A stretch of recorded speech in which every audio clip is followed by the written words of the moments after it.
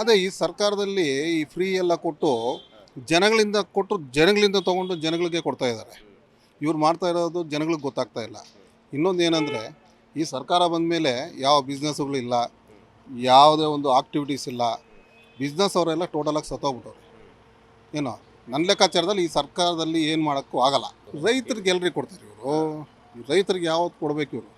ರೈತರಿಗೆ ಯಾವತ್ತೂ ಕೊಡಲ್ಲ ಇವರು. ಏನಿದ್ರು ಇವರೇನು ಸುಮ್ಮನೆ ಜನಗಳಿಗೆ ಗುಗ್ಗುಗಳು ಒಂದು 3-4 ಜನ ಕೊಡ್ತಾರೆ.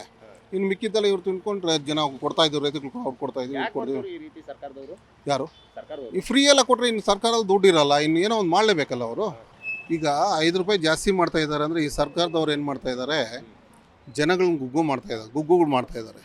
ಏನಂದರೆ, ಸರ್ಕಾರದಿಂದ ನಾವು ಫ್ರೀ ದುಡ್ಡು ಕೊಡ್ತಾ ಇದ್ದೀವಿ, ಏನು ಅಕ್ಕಿ ಕೊಡ್ತಾ ಇದ್ದೀವಿ, 2,000 ಕೊಡ್ತಾ ಇದ್ದೀವಿ, ಕೆಲಸ ಇಲ್ಲದವ್ರಿಗೆ ದುಡ್ಡು ಕೊಡ್ತಾ ಇದ್ದೀವಿ ಅಂತ ಇದ್ದಾರೆ. ಇದನ್ನು ಏನು ಸರ್ಕಾರದವರು ಮನೆಗಳಿಂದ ಏನು ಕೊಡಲ್ಲ, ನಮ್ಮ ದುಡ್ಡನ್ನು ನಮಗೆ ಉಲ್ಟಾ ಕೊಡ್ತಾ ಇದ್ದಾರೆ. ಸರ್ಕಾರದವರು ಯಾವಾಗ ಈ ಕಾಂಗ್ರೆಸ್ ಸರ್ಕಾರ ಬಂತು ಆವತ್ತಿಂದ ಎಲ್ಲಿ ಯಾವುದೇ ಕಾರಣದ ಯಾವುದೇ ಒಂದು ಬಿಸ್ನೆಸ್ಸು, ಯಾವುದೇ ಒಂದು ಇಂಪ್ರೂವ್ ಏನೂ ಇಲ್ಲ. ಬರೀ 5 ರೂಪಾಯಿ ಜಾಸ್ತಿ ಮಾಡಿದ್ರು ಕೂಡ ರೈತರಿಗೆ ಕೊಡ್ತೀವಿ ಅಂತ ಹೇಳ್ತವ್ರೆ ಸರ್ಕಾರ. ಎಲ್ಲಿ ಕೊಡ್ತಾ ಇದ್ದಾರೆ, ಯಾರಿಗೆ ಕೊಡ್ತಾ ಇದ್ದಾರೆ? ತೋರಿಸ್ಬೇಕಲ್ವ ಇಂಥವ್ರು ಕೊಡ್ತಾ ಇದ್ದೀವಿ ಅಂತ. ಸುಮ್ಮನೆ ಮಾಡ್ತವ್ರ ರೈತರ ಹೆಸರು ಹೇಳಿ?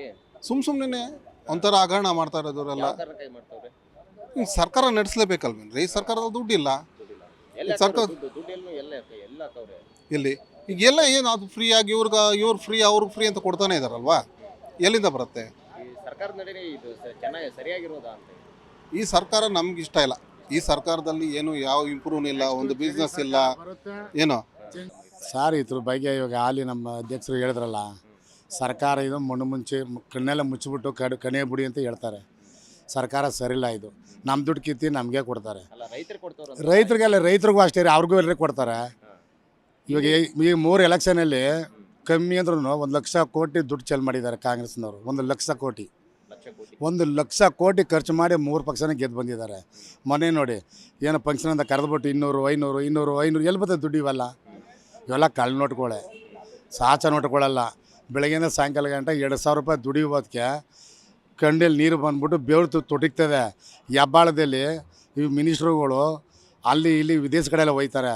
ಆ ಹೆಬ್ಬಾಳಟ್ಟು ಫ್ಲೇವರ್ ಮೇಲೆ ಸೊದೋಬೇಕಾಯ್ತದೆ ಪ್ಯಾಸೆಂಜರ್ ಅರ್ಧ ಬಿಸ್ಲಿಗೆ ಆಟಾಡಕ್ಕೆ ಬಂದು ಸೊದೈತಾರೆ. ಒಂದು ಫ್ಲೇವರ್ ಕಟ್ಟಿದ್ರೆ ಎಷ್ಟೋ ಜನ ಬದುಕೊಳ್ಳೋರು ಹೆಬ್ಬಾಳ ಫ್ಲೇವರಲ್ಲಿ. ಅಂಥ ಕೆಲಸ ಮಾಡಲ್ಲ, ಬರೀ ಅನ್ಯಾಯ ಕೆಲಸನೇ ಮಾಡೋದು ಇವರು.